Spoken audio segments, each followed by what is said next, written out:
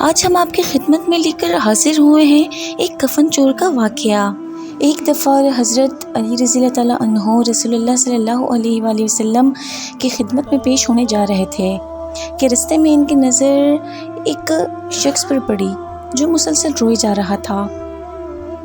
حضرت علی شیر خدا رضی اللہ تعالیٰ عنہ نے اس بندے سے رونے کا سبب پوچھا تو اس نے بتایا کہ میں بہت ہی بڑا گناہ کر بیٹھا ہوں، مجھے اللہ تعالیٰ کے عذاب سے ڈر لگتا ہے، مجھے سمجھ نہیں آ رہی کہ میں کیا کروں۔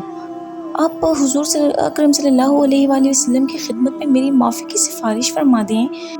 حضرت علی رضی اللہ تعالیٰ عنہ اس شخص کو ساتھ لے کر حضور محمد صلی اللہ علیہ وآلہ وسلم کی بارگاہ میں پیش ہوئے۔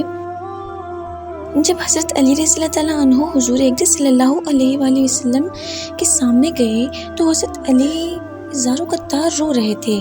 حضور اکرم صلی اللہ علیہ وآلہ وسلم نے دریافت فرمایا، اے علی، آپ کیوں رو رہے ہو؟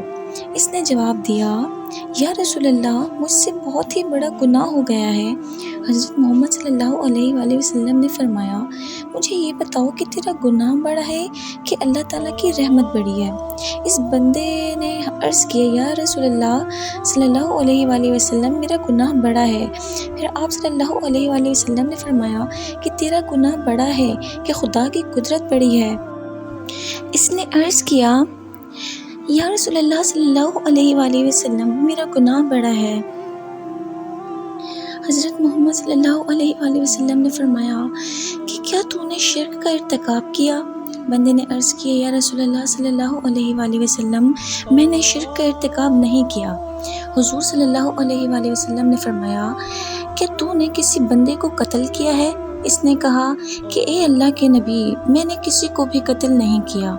حضور اکرم صلی اللہ علیہ وآلہ وسلم نے فرمایا کہ پھر تم نے کون سا ایسا گناہ کیا ہے جس کی وجہ سے تم اتنا زیادہ رو رہے ہو؟ پھر اس شخص نے سارا قصہ سنایا۔ اس نے کہا، یا رسول اللہ، میں کئی سالوں سے کفن چوری کر رہا ہوں۔ میں مردوں کے کفن چوری کر کے ان کو فروخت کیا کرتا تھا۔ اس سے جو آمدنی ہوتی تھی اس سے اپنا پیٹ پالتا تھا۔ کہنے لگا کہ کچھ دن پہلے ایک لڑکی دفن کی گئی۔ میں نے اپنی عادت کے مطابق اس کا کفن اتارا اور وہاں سے جانے لگا تو مجھ پر شیطان غالب آ گیا۔ اس نے میری نیت بدل دی۔ میں نے اس لڑکی کے ساتھ زنا کیا۔ جب میں نے زنا کر کے اٹھنے لگا تو میں نے ایک آواز سنی کہ جیسے وہ لڑکی بول رہی ہے، اے بدبخت بندے، تو نے مجھے مردوں کے درمیان ننگا کیا، تو کل قیامت کے دن بدکاروں اور زانیوں میں تیرا شمار ہوگا، اللہ تجھے بھی سب کے سامنے ننگا کرے گا۔ وہ شخص کہنے لگا کہ اس لڑکی کی آواز کا مجھ پر ایسا اثر ہوا کہ مجھے اب اپنے آپ پر اللہ تعالیٰ کا عذاب محسوس ہوتا ہے، میں خدا کی پکڑ میں ہوں۔ جب رسول اللہ صلی اللہ علیہ وآلہ وسلم نے اس شخص کا سارا قصہ سنا تو حضور اکرم صلی اللہ علیہ وآلہ وسلم کی بھی آنکھیں نم ہو گئیں۔ حضور اکرم صلی اللہ علیہ وآلہ وسلم نے فرمایا، تو نے واقعی ہی بہت بڑا گناہ کیا ہے۔ حضور نبی کریم صلی اللہ علیہ وآلہ وسلم کی زبان مبارک سے جب یہ الفاظ نکلے کہ یہ بہت ہی بڑا گناہ ہے تو وہ شخص روتا ہوا باہر نکل گیا۔ اس نے سوچا کہ رسول اللہ صلی اللہ علیہ وآلہ وسلم اس وقت بہت ہی ناراض ہیں، ایسا نہ ہو کہ آپ صلی اللہ علیہ وآلہ وسلم زبان مبارک سے کوئی ایسی بات نہ نکل جائے جو میری بربادی کا مزید سبب بن جائے۔ وہاں سے نکل کر وہ شخص جنگل اور پہاڑوں کی طرف چلا گیا۔ وہ شخص کئی روز اللہ تعالیٰ کی عبادت میں مشغول رہا اور اللہ تعالیٰ سے رو رو کر اپنے گناہوں کی معافی مانگتا رہا۔ اس کو ہر وقت وہ آواز سنائی دیتی تھی، وہ ہر وقت اللہ تعالیٰ سے دعائیں مانگتا رہا۔ جب وہ شخص کئی روز معافی مانگتا رہا تو خدا نے اس بندے کی توبہ قبول فرمائی۔